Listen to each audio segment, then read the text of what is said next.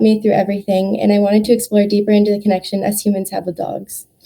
This led me right to animal therapy, and more specifically, dog therapy. This therapeutic method has been around since as early as the 18th century and has been proven to have numerous benefits for students in classrooms. Not only does it provide emotional support, but it provides physical benefits too. Some of these benefits consist of calming anxiety, building a greater self-esteem, reducing blood pressure, stimulating memory and problem-solving skills, and the list goes on.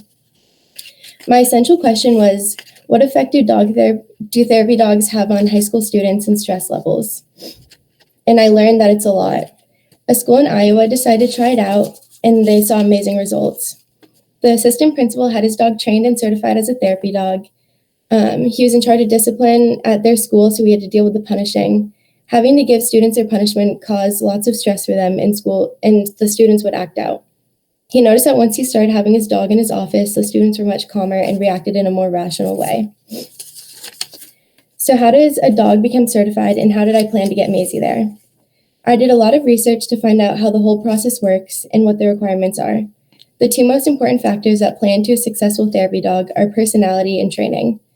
The most important qualities of a therapy dog are calm demeanor, patience, confidence, and love of human contact. Luckily, golden retrievers are known to have all of these qualities. We got Maisie when she was only 8 weeks old. Because she was so young, I had to wait a while before I could start training her. But we used this time to make sure she was comfortable around us because a dog can't thrive in an environment that makes him stressed or nervous. I also used that time to make a plan and training schedule. To do this, I made a list of all of the most important skills and commands that Maisie needs to learn. The skills I planned to teach her were sit, stay, heel, leave it, and 4 on the floor. Every week was a new skill or command. I started with a plan to train her an hour every day.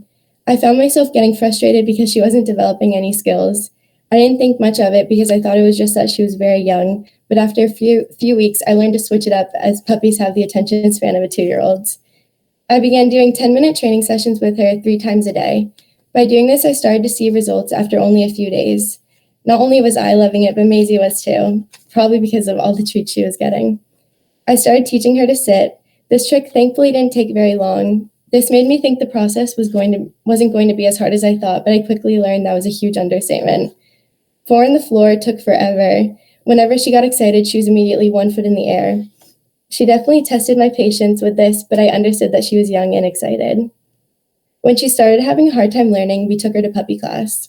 About every other Saturday, I took her to a class at Petco. This way, I could learn the proper ways to train her effectively. Doing this, I was also able to interview the trainer and ask her a few questions about dog therapy. One of the most important things she said to know is not only consider the person's comfort, but also the dog's. This is important not only during therapy sessions, but also training. I was extremely thankful for this information because I learned that some of the ways I had been training my dogs are anxiety-inducing. Knowing all of this, I was able to go back to my family and teach them everything I learned. Because consistency is so important for Maisie to learn, my family decided to come with me to the next class. This way, we were ensured that we were all using the same training techniques to limit the confusion for her. Once we got the techniques down, Maisie became very smart and I was able to practice all of her skills with her. After this, socializing was the next step. Because dog therapy is all about a dog connecting with a human, it is important that they are comfortable around people. Knowing this, we made sure to socialize Maisie as much as possible. During these past few months, my mom has been fixing up our house. This meant lots of trips to Lowe's, and luckily they were dog-friendly. Our weekly trips to Lowe's became Maisie's favorite activity. Maisie is now close to graduating puppy school, and when she's 1 year old, we are going to have her go through the Canine Good Citizen test, and if she passes, we will have her certified. So what is the whole point of my project? Like I said earlier, my dog Ruby was my constant companion and best friend growing up. This past year has been a hard one for almost everyone. School is causing lots of stress from the transition to learning online. I wanted to do something that I knew could help people. I did this project to spread awareness of the benefits dog therapy can provide, along with training my own dog. My family has always regretted not having our dog Ruby certified, and Maisie gave us that chance. A big inspiration for this project was my puppa. When he was really sick, we would bring Ruby for visits. I have some pictures to show them together. I don't know if you can really see it, but she would come and be like, but He absolutely loved her company, and I would say she definitely loved his as well.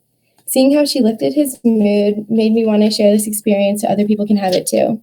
Before COVID had taken over, I would go to my mom's school with her and sit with kids reading to dogs. These kids were those who had a hard time focusing in school, had anxiety, a bad home life, or kids who just needed a break. Once a week, they came into this room and read their favorite book to dogs and just enjoyed their company. The teacher said that after their first session, they were already seeing huge improvements in their mood. This was an amazing opportunity I'm glad to have had. I think it is also something every school should consider providing to give their students social and emotional support. Going through this process, I was so excited for the end to look back to the beginning and see how much Maisie had improved. But it wasn't only Maisie who learned from this experience. I gained so much knowledge from this experience as well. Not only about dog therapy, but also about myself.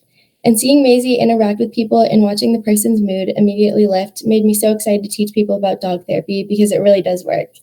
And I want everyone else to be able to experience it. Not only is it effective, but it's also inexpensive. I also want to encourage those with dogs to train them as well because it's so worth it.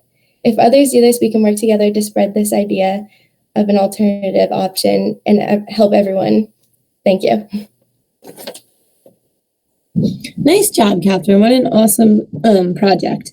What kind of questions do you guys have for Kathryn about her project? I have a question. Do both of your dogs get along with each other? Yeah, they do. I actually have a picture. They've become like best friends through this whole process. It started off kind of rough because my old dog got very annoyed, but she's learned to tolerate her, and Maisie knows her place, so. Do you guys have any other questions? Do you think, are you going to college next year, Kathryn? Yeah, I am. You're going away. Do you think your parents will keep up with the training and keep up with certifying Maisie? Yeah, my mom's really excited to continue it. That's awesome. Yeah. What a cool project. Thank you, hon.